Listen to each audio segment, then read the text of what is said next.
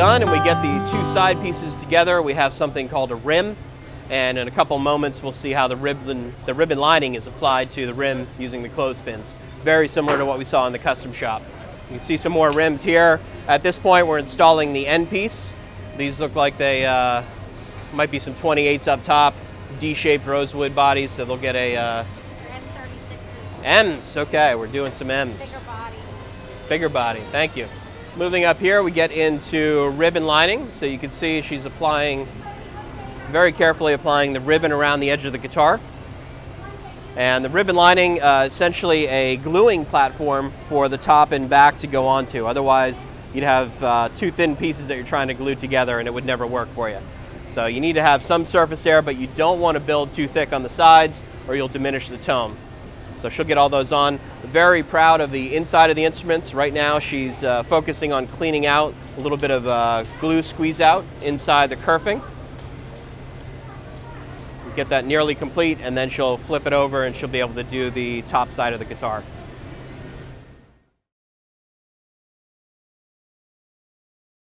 He's always been into woodworking, but this takes it to a whole new level. It's the old way.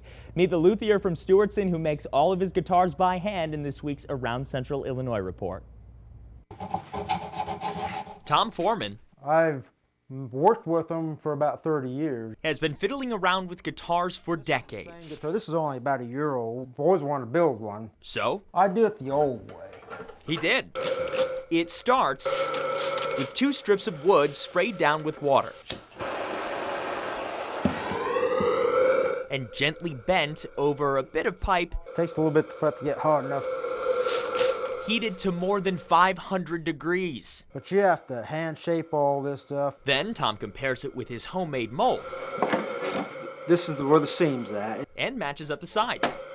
After the frame, what goes under the hood? The top and back of the guitar, full of hand-shaped bracing, connecting the neck, fretting the guitar, and stringing it up. See, Tom doesn't buy any of his pieces. He turns a block of mahogany wood into this. The process, but that was all experimental for me. I didn't know what I was doing.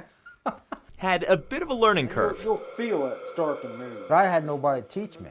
I had to learn everything on my own. But after a few tweaks, this is I guess you would call it my Bible. And a special guide. It's a how-to book on how to build your own guitar from start to finish. He got the hang of it. I came a long ways from the look of the instrument. What's even more impressive about Foreman's guitar-making talent... I don't play them. Well... I can chord a little bit, but I can't make a tune come out of the thing. A stark comparison to his 15-year-old nephew, Dakota Shadwell. This one is actually mine that he made not too long ago. Who knows his uncle's effort. He puts heart into it. He does them one by one, and that means a lot.